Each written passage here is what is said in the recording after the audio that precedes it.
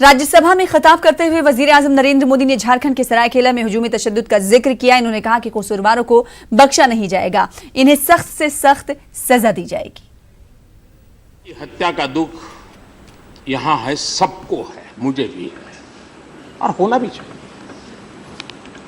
दोषियों को कड़ी से कड़ी सजा भी मिलनी चाहिए, लेकिन क्या एक झारखंड राज्य को दोषी बता देना यह शोभा देता है क्या? फिर तो हमें वहां भी अच्छा काम करने वाले लोग ही नहीं मिलेंगे। जो बुरा हुआ है, बुरा करते हैं, उनको आइसोलेट करें और उनको न्यायिक प्रक्रिया के तहत जो कुछ भी कर सकते करें। लेकिन सबको हम कटघरे में खड़े रह करके राजनीति तो कर लेंगे, लेकिन स्थितियां नहीं सुधार पाएंगे। और इसलिए पूरे झारखंड को बदनाम करने का हम में से किसी को हक नहीं है जी। वे भी हमारे देश के नागरिक हैं, वहां भी सज्जनों की भरमार है जी। और इसलिए और अपराध होने पर उचित रास्ता कानून और न्याय से, संविधान, कानून और व्यवस्थाएं पूरी तरह से इसके लिए सक्षम है और उसका उपाय भी कानूनी व्यवस्था है, न्यायिक प्रक्रिया है। और उसके लिए हम जितना कर सकते हैं करना चाहिए, पीछे नहीं हटना चाहिए। उधर हुजूमी तशद्दुद यानी मॉब लिंचिंग के खिलाफ रांची गवर्नर हाउस के सामने एहतजाजी मुजाहरा किया गया। मुख्तलिफ समाजी और सियासी तंजीमें एहतजाज में शामिल हुई। सियासी और समाजी तंजीमों का कहना था कि तशद्दुद के वाकयात पर मौजूदा हुकूमत कदगन लगाने पर नाकाम रही है, जिसकी वजह से शरपसंद अनासर के हौसले बुलंद हैं। चंडीगढ़ चौक की स्लिप रोड पर मंगल की शाम हुए हंगामे के सिलसिले में न्यूज 18 की खबर का असर हुआ है। न्यूज 18 ने वायरल वीडियो को तरजीही बुनियाद पर दिखाया था, जिसमें एक खातून एक नौजवान को सरेआम रॉड से पीट रही थी और लोग खामोश तमाशाई बने हुए थे। इस मामले में लड़की के खिलाफ केस दर्ज कर लिया गया है और इसकी गिरफ्तारी भी हो गई है।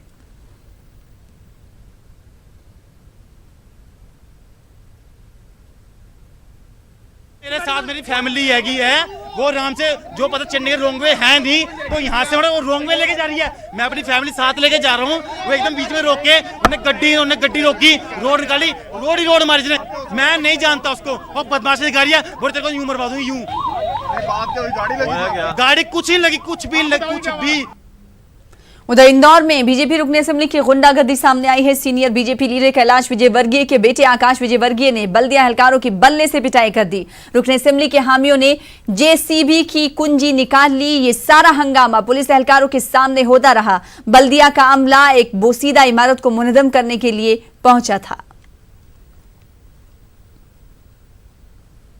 मैं बहुत गुस्से में था उस वक्त, तो मुझे बहुत ज़्यादा याद नहीं है, क्योंकि महिलाएं मेरे सामने रो रही थी, उन्हें घसीटा जा रहा था, तो मुझे एग्जैक्टली तो याद नहीं है मैंने क्या किया। वीडियो देख के मैं भी बाद में बात करूँ। जो भी इसमें दोषी होगा उनके विरुद्ध कार्रवाई की जाएगी। निगम की तरफ से क्या दलील दी जा रही है?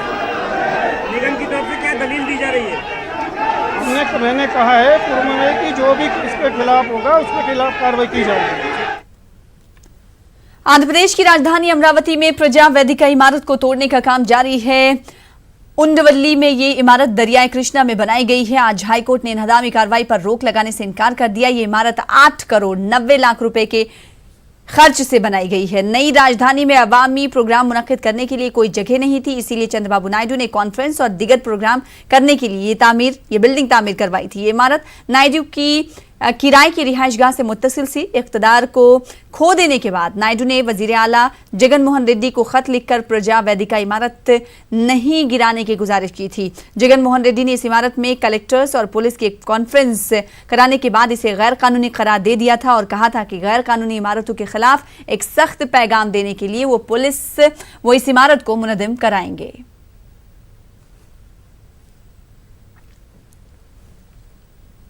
कर्नाटक के बिदर में एक इमारत गिर गई है। मलबे में दबकर 6 अफराद की हलाकत हो गई है। हलाकशुदगान में 4 बच्चे भी शामिल हैं। बताया जा रहा है कि यह हादसा उस वक्त हुआ जब घर के सभी लोग सो रहे थे।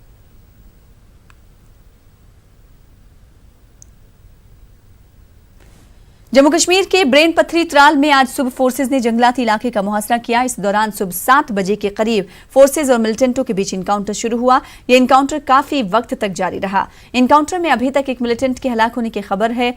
फोर्सेज ने पूरे इलाके को मुहासे में ले रखा है और तलाशी कार्रवाई जारी है।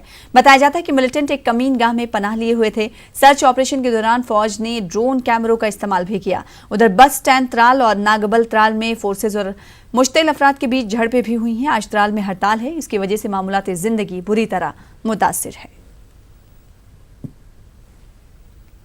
उधर आसाम पुलिस ने वादी कश्मीर से एक नौजवान को गिरफ्तार कर लिया है। साहिल अब्बास नामी इस नौजवान पर एक शहीद सीआरपीएफ जवान और उनकी अहलिया के हवाले से सोशल मीडिया पर गैर शाइस्ता तबसरा करने का इल्जाम है। एक बीजेपी कारकुन की शिकायत पर पुलिस ने केस दर्ज करके साहिल अब्बास को कश्मीर से गिरफ्तार किया।